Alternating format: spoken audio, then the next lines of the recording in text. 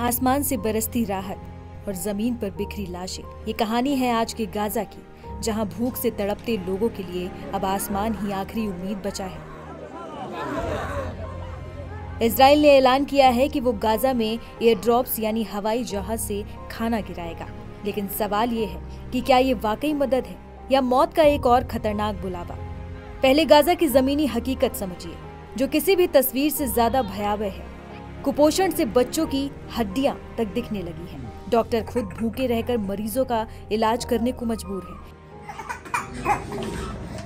और आम लोग वो सिर्फ एक बोरी आटे के लिए गोलियों और बमों के बीच दौड़ रहे हैं।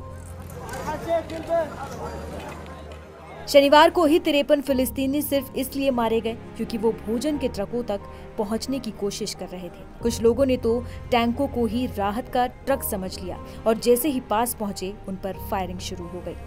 इसी जानलेवा संकट के बीच इजराइल ने हवाई मदद और नए मानवीय गलियारों का ऐलान किया है, लेकिन संयुक्त राष्ट्र की अपनी ही एजेंसी ये चेता रही है कि ये एयर ड्रॉप्स महंगे, बेअसर और बेहद खतरनाक हो सकते हैं।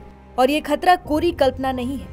यूएन के मुताबिक मई से अब तक 1000 से ज्यादा लोग सिर्फ खाना या मदद लेने की कोशिश में अपनी जान गंवा चुके हैं। इजराइल एक तरफ कहता है कि गाजा में कोई भुखमरी नहीं है, वहीं दुनिया भर की एजेंसियां इसे अकाल जैसे हालात बता रही हैं। एक तरफ जहां गाजा में लोग रोटी और जिंदगी के लिए तरस रहे हैं, वहीं दूसरी तरफ दुनिया की कूटनीति अपने ही समीकरणों में उलझी हुई है।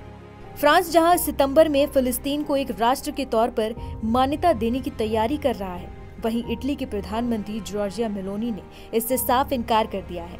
उनका कहना है कि जो राष्ट्र अभी असल में बना ही नहीं, उसे मान्यता देना नुकसानदेह हो सकता है।